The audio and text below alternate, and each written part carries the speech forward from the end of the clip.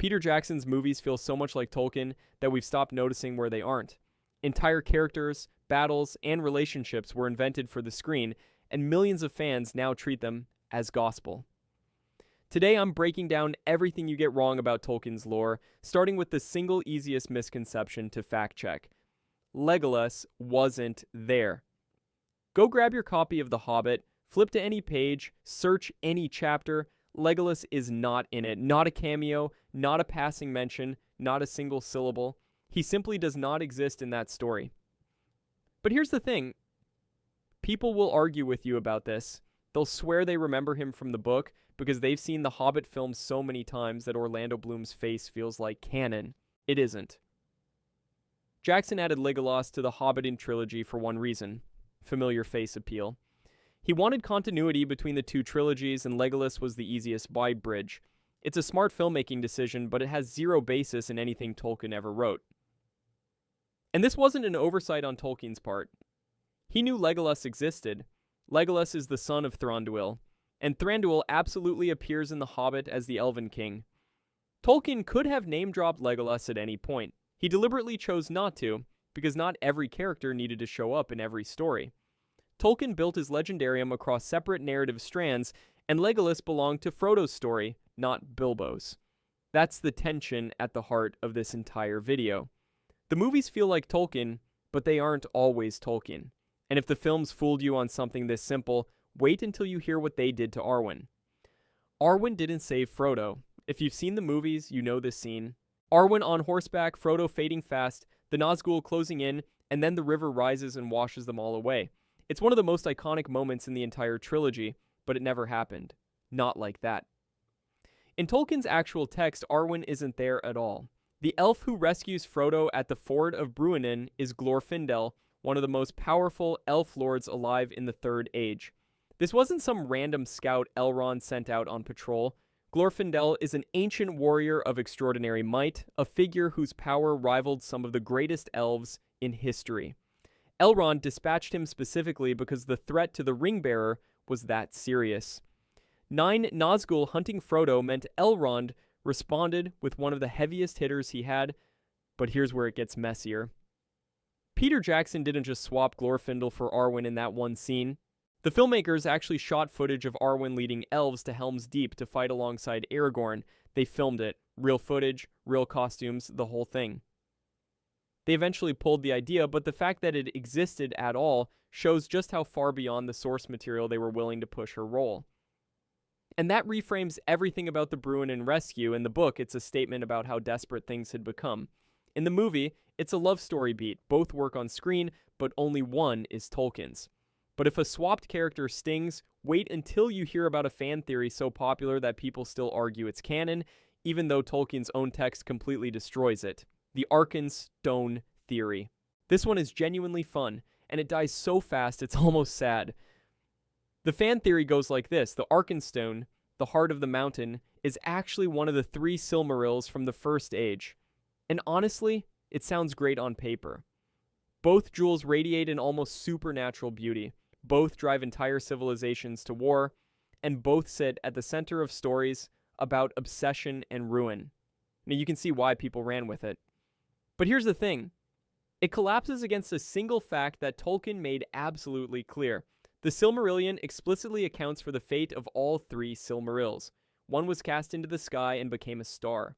One was thrown into the sea. One fell into a fiery chasm in the earth. All 3 gone. And Tolkien didn't leave any wiggle room. He stated directly that the Silmarils could not be found or brought together again until the world was broken and remade anew. That's not ambiguous. That's a locked door with the key thrown away. Then there's the origin problem. The Arkenstone was discovered and shaped by dwarves, specifically by Thrain. Dwarves are mortal craftsmen. The Silmarils were created by Fëanor before the dwarves even existed as a race. You literally cannot craft something that predates your entire species. The theory survives because thematic resonance feels like evidence. 2 jewels that inspire madness and bloodshed feel like they should be connected.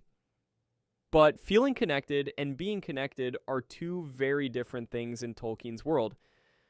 This one isn't a close call. It's not even a debate. But if a debunked gem theory seems harmless, Wait until you hear what fans have been saying about Gollum and the Baggins family. Gollum and the Bagginses. This one's going to sting a little because the theory it dismantles is genuinely heartbreaking in the best way. The idea is simple. Gollum killed Frodo's parents.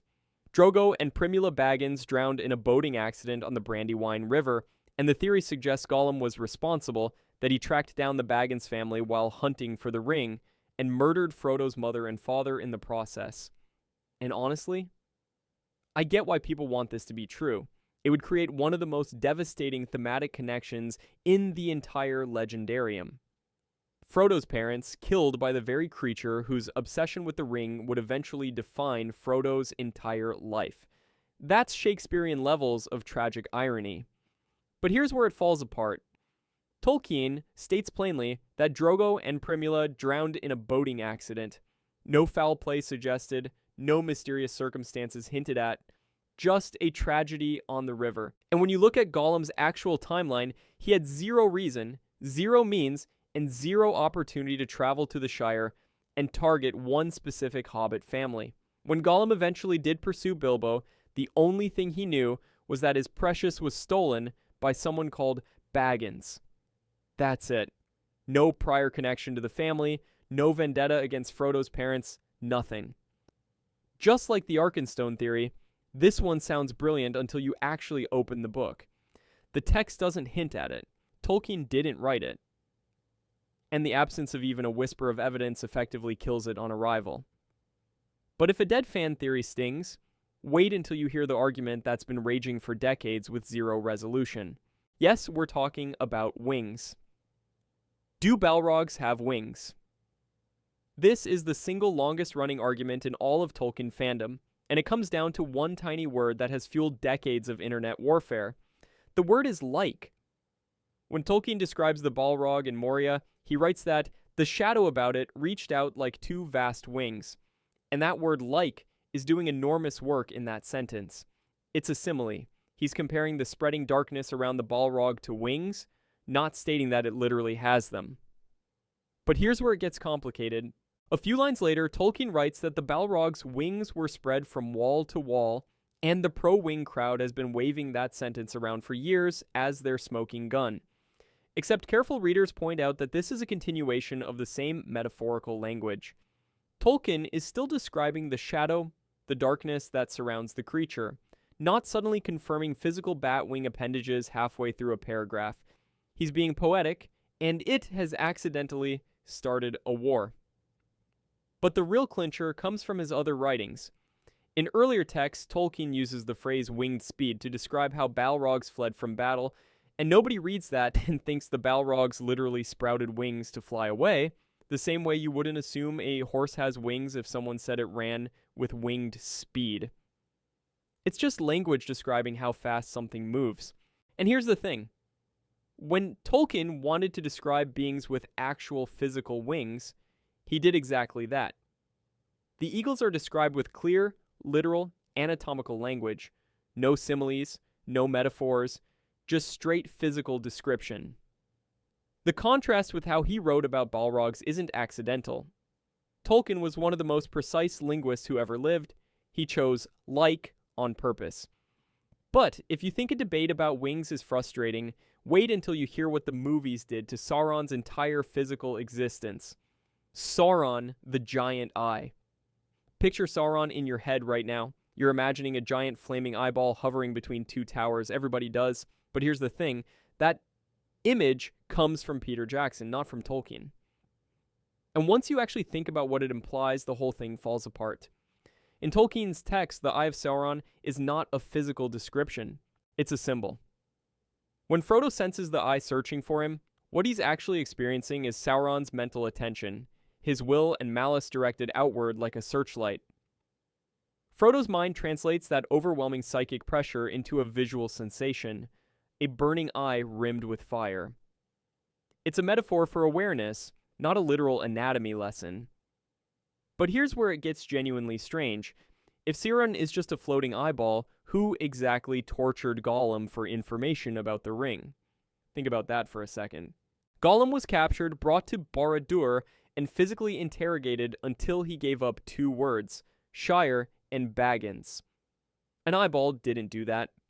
Tolkien described Sauron during the War of the Ring as dominion and terror made flesh, a being who marched forth in person, coordinated massive armies across multiple fronts, and fully intended to physically reclaim the ring and wear it on his hand. His hand. Because he had one. Tolkien himself told readers not to picture Sauron as some abstract eyeball, but as a towering physical being capable of direct action. The guy had a body the entire time. Jackson's interpretation is visually brilliant, genuinely one of the most iconic images in cinema history. But that's exactly the problem. It's so effective, so burned into our collective memory that it completely overwrote what Tolkien actually wrote. The real Sauron is scarier because he's not trapped on top of a tower staring. He's walking around, giving orders, breaking people with his bare hands, and waiting for someone to bring him his ring back. Now, Sauron being misunderstood is one thing. But there's a member of the Fellowship whose entire identity gets wrong, and it starts with the fact that Gandalf isn't human. Gandalf isn't human. Here's where it gets weird, because this one changes how you watch every single Gandalf scene. The guy in the gray robe smoking a pipe and cracking jokes with hobbits isn't a wise old man who got really good at magic. He's a primordial spirit older than the physical world itself, wearing a human body like a costume. Gandalf's real name is Aloran, and he's a Maia. That's the same order of beings as Sauron. The same order as the Balrogs. Let that comparison sit for a second, because it means that when Gandalf fights the Balrog on the bridge of Khazad-dûm, that's not a wizard punching above his weight class. That's two ancient spirits from before the creation of the world trying to destroy each other. But here's the part nobody talks about. His powers, the light creation, the weather manipulation, the ability to perceive things happening across vast distances, none of that comes from learned sorcery. It comes from what he fundamentally is. He didn't study magic, he is magic, constrained into a fragile human shape. And the staff, it's not a power source. It's the opposite. The Valar imposed the staff on the Astari as a deliberate limitation, a way to restrict how much of their true power they could channel. Destroying Gandalf's staff doesn't strip him of power. It strips him of his ability to focus it efficiently. Therefore, when Saruman loses his staff, it's not symbolic. It's a catastrophic loss of function for a being who needs that tool to operate within the rules he was given. Which brings us to Gandalf the White. This isn't just a stronger version of the same wizard. The Valar directly intervened and fundamentally altered his role and authority in Middle-earth. That's not a resurrection. It's closer to a metaphysical promotion, a reclassification of what he's permitted to do. But if the true nature of a wizard surprises you, wait until you hear what everyone gets wrong about the beings who supposedly can't die at all. Elves can absolutely die. Here's one that drives me crazy. Ask anyone what makes elves special, and the answer is always the same. They're immortal. They can't die. They live forever. And that sounds amazing until you actually read what Tolkien wrote, because elven immortality is one of the most misunderstood and frankly tragic concepts in the entire legendarium. Elves can absolutely be killed. Swords, arrows, illness, even grief. Profound soul-crushing grief can literally kill an elf. When that happens, their spirit separates from their body and travels to the halls of Mandos. That's not a metaphor. That's death. Their body is gone. They exist as a disembodied spirit trapped in a waiting room run by Namo, the doomsman of the Valar, who personally judges when and whether they're ready to receive a new body in Valinor. But here's where it gets dark. That waiting period isn't some peaceful sleep. It's real suffering, and re-embodiment is not guaranteed to be quick.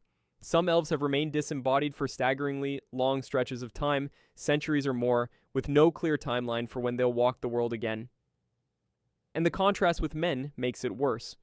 When a man dies, their spirit leaves the world entirely. Gone. Nobody knows where, not even the Valar themselves. It's a mystery, but it's also a release.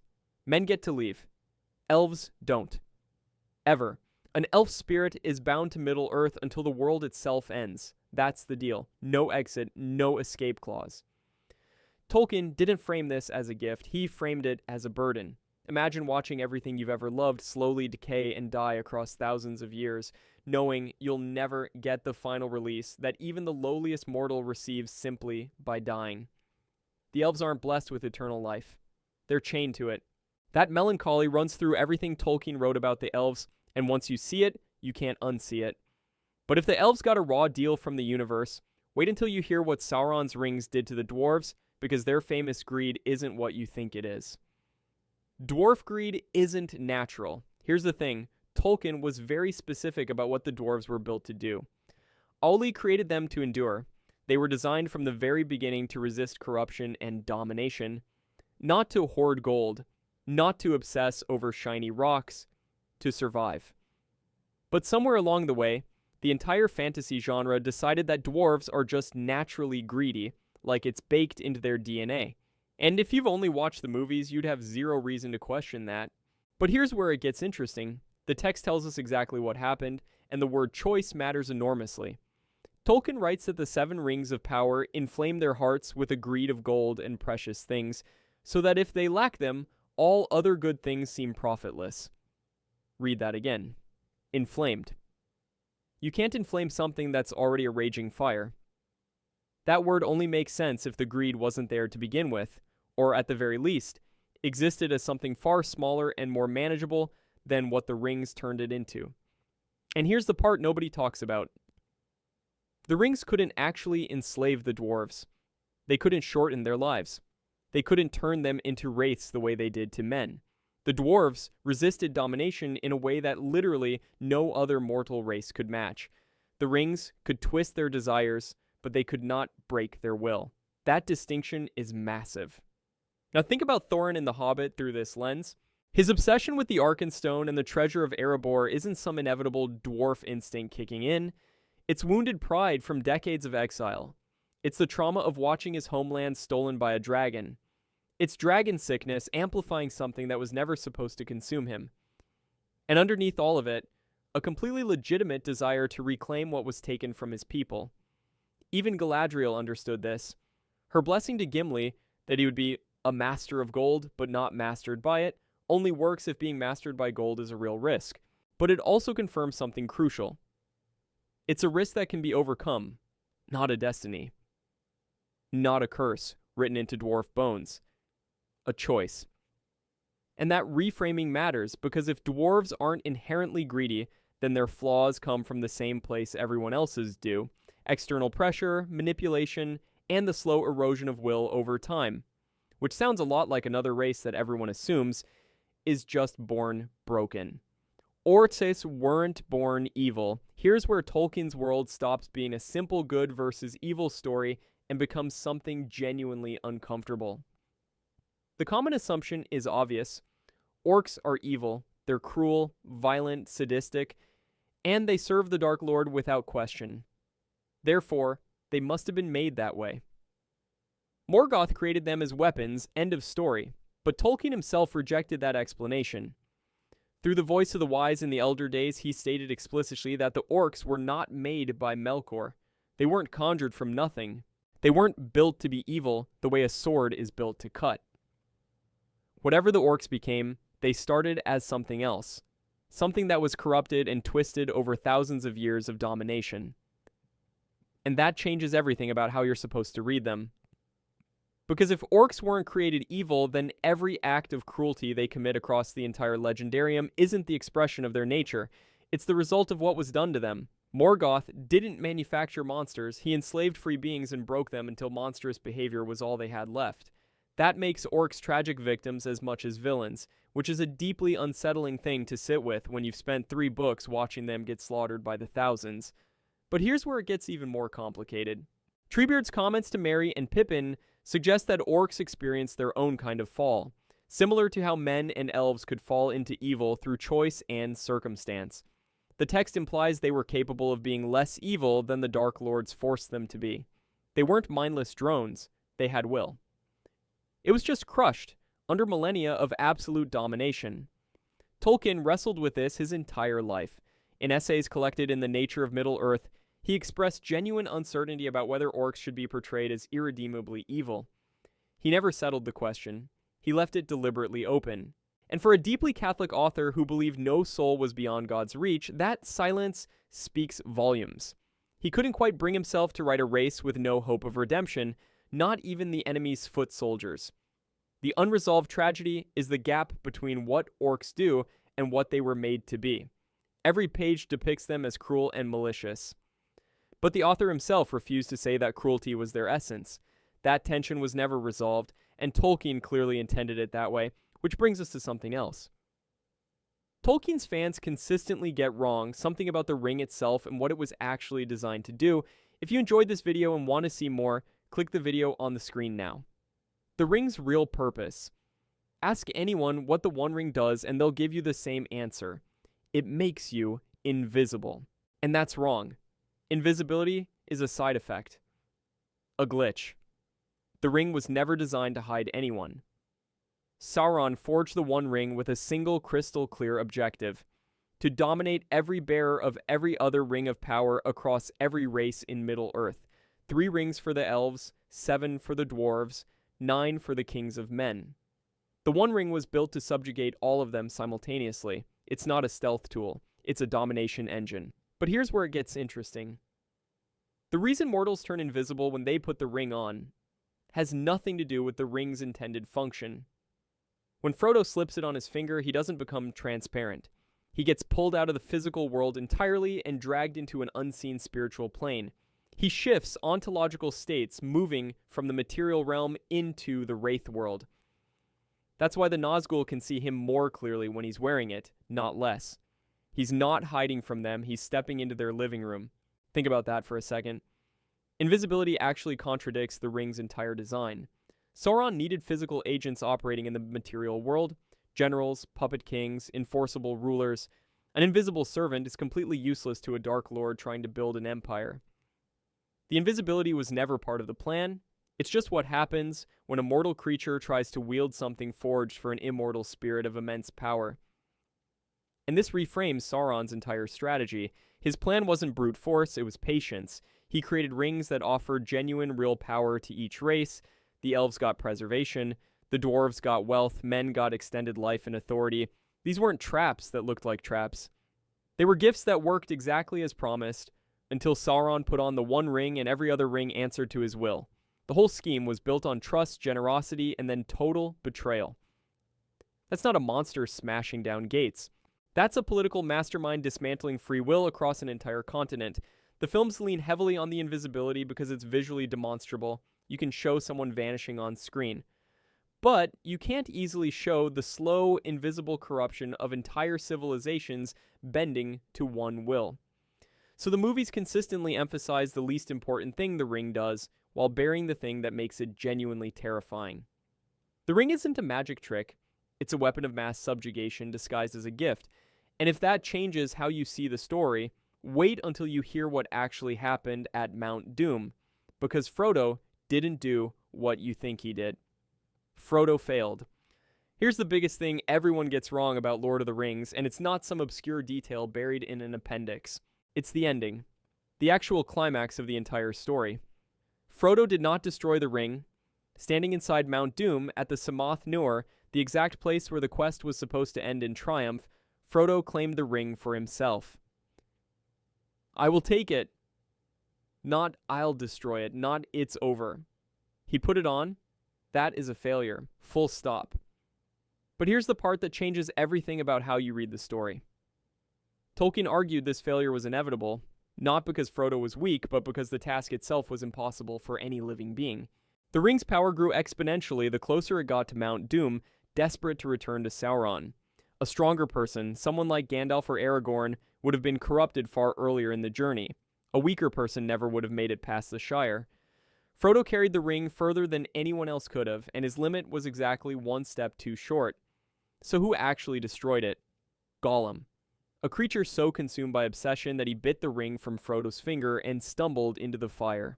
Not heroically, not intentionally. Through centuries of addiction, reaching their final, desperate conclusion. Tolkien himself described this as an act of divine intervention, higher cosmic forces working through fate and chance to accomplish what mortal willpower alone never could. And that's not a footnote to the story's meaning. It is the story's meaning. Tolkien's entire moral framework comes down to this. Individual heroism has hard limits. Absolute evil cannot be defeated by willpower alone. Frodo's failure was real, but it wasn't shameful, and it wasn't his fault. The quest succeeded anyway because of something else entirely. Mercy. Bilbo spared Gollum's life when he could have killed him. Frodo spared Gollum again when Sam wanted him dead. Those acts of compassion kept alive the one creature whose obsession would accidentally save the world. The ring wasn't destroyed by strength, it was destroyed because two hobbits, decades apart, chose pity over violence. That's the theological heart of everything Tolkien wrote. Not that heroes triumph through courage, but that mercy shown to the undeserving is what ultimately saves us all. If you enjoyed this video and want to see more, click the video on the screen now.